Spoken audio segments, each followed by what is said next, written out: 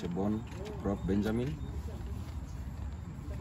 Mimi kama mkazi wa Mogotio constituency, rafiki ya familia hapa Baringo County, tumesikitishwa na mambo ambayo yanaendelea kutokana na recruitment yenye iliisha hii wiki. Kuna vijana wawili, mmoja anaitwa Isaac Kipkogei Kirwa na Boniface Koskei Kuroi, ambao walipata kupewa barua ya kuripoti Embakasi police training Embakasi campus. Unfortunately, baada ya hao kupewa barua, baada ya hao kupita hizo mitihani yote, walifuatwa na kusurutishwa warudishe mabarua. Lakini swali ambayo tunapata kujiuliza sisi kama wakazi wa Mogotio ni kuwa at what point did they realize that the documents were forged?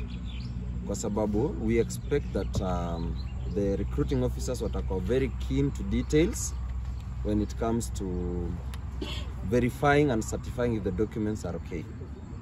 So we expected that first things first, waangalie documents kama they are okay, then because kuna kila stage hadi wa kukimbia, waangalie kama mtu wako sawa kiafya, ndo maana the last document kupewa ni hii document. So it cannot be an oversight, kwa sababu nikiangalia kwa hii document, alama ambayo Isaac Kipkogei Kirwa alipata ni alama yenye inatakana as per the requirement ya eligibility. Ako na hiyo D+ yenye ilikuwa inahitajika, kimiaka ako na 25 years. Yeye is a Kenyan national, is a citizen, is a Kenyan citizen by birth. Na tukiangalia kuwa hakuna makosa yote ile, na kama kulikuwa kuna shida huko nyuma wangepata kuangalia wakati walikuwa napiga kichungi, wakati walipokuwa wanaangalia hao vijana, kulikuwa na wakati ya kuiokoa. Lakini tukiangalia ni kama kuna an ill motive behind, na hiyo ndio kenye imetusurutisha na imeleta hasira kubwa sana kwa jamii. Hao watu ukiangalia hapa ni wazazi. Kwa hao vijana kuna ambao ni mayatima, na wameleta shida sana kwa sababu ni jamii ndo wamewaleta hadi hapa.